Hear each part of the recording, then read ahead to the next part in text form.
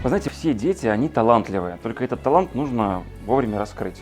Вот благодаря проекту «Классные встречи», который проводит РДШ, есть уникальная возможность, чтобы дети спросили то, что их интересует.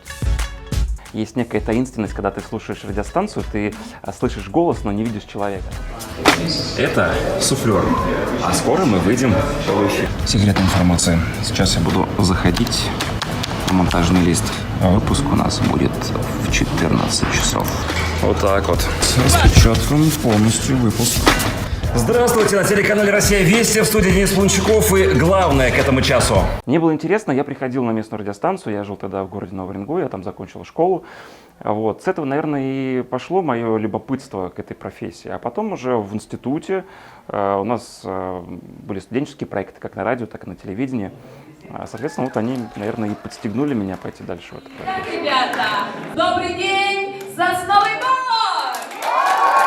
Все в руках каждого, главное желание. И для этого не обязательно закончить институт, именно журфак. Нужно просто-напросто идти к своей цели, вот, и добиваться.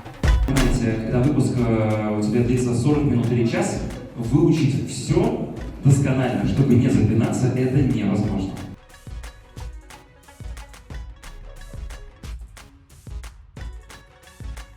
Такие мероприятия, они вдохновляют детей на вопросы раздумывания и узнать больше именно интерес профессии, не обязательно журналистики, а вообще. Когда они делятся с нами своим опытом, мы вдохновляемся, мы захотим стать такими, как он, и достигать таких же высот.